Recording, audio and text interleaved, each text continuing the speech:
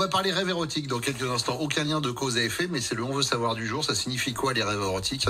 On va avoir une plaisirologue au téléphone. C'est génial comme métier. J'adore ce métier. J'adore ce métier. terme, ouais. Et ben tu vas voir. On va découvrir ça tout de suite.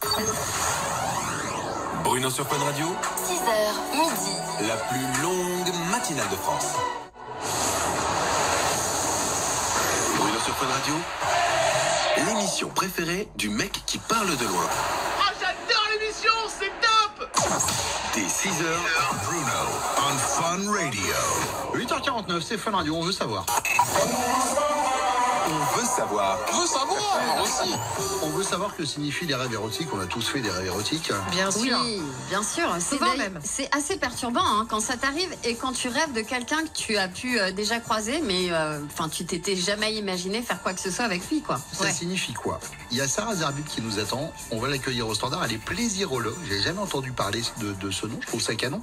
Et psychologue également. Elle est fondatrice d'âme Fauve. Elle aime se décrire comme étant la chorégraphe de votre sensualité et de vos plaisirs intimes.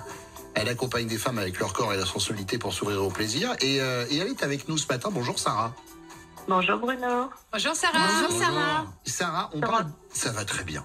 Tu vois, je savais que tu allais me poser la question et je te dis ça va très bien. Sarah, ça signifie quoi les rêves érotiques? Ah, c'est une grande question, les rêves érotiques. En fait, les rêves érotiques, c'est comme n'importe quel rêve. Ils se construisent à la fois avec des choses qu'on a fait dans la journée, donc ce qu'on appelle les restes diurnes dans le langage, et autour d'une frustration, d'un manque ou d'une excitation sexuelle. Donc tout ça, ça passe dans le checker du psychisme, du cerveau, et on a notre rêve érotique. Ça veut dire que la journée, par exemple, t'as galéré au bureau. Le soir, tu regardes un film avec Megan Fox et dans la nuit, tu peux rêver faire un câlin à Megan Fox sur le bureau de ton bureau. Exactement.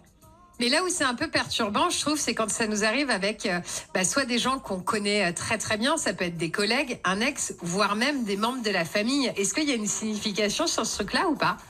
Alors, pas toujours. En fait, un rêve, vous avez le scénario qui va se dérouler dans le rêve, et puis il y a un contenu caché. Donc parfois, comme le disait Bruno, on peut rêver de Megan Fox, on peut chevaucher François Civil en tenue de mousquetaire. C'est pas forcément qu'on ait envie de telle ou telle personne. Après, il y a des personnes qu'on va trouver effectivement attirantes. Mais généralement, dans le rêve, il va y avoir une signification cachée par rapport à l'expression de ce désir. Donc, c'est assez intéressant d'aller creuser.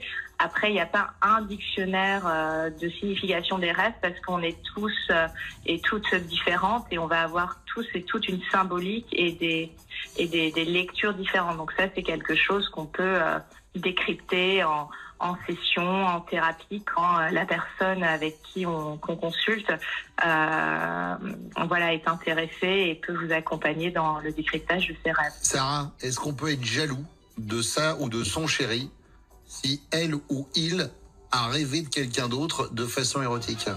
Ah, ça arrive souvent dans les couples. C'est pour ça que je te pose la question. Par exemple, sa partenaire ou son partenaire dans notre rêve, qui couche avec quelqu'un d'autre ou qui drague quelqu'un d'autre, on va se réveiller en voulant le crucifier, peut-être. Bien sûr.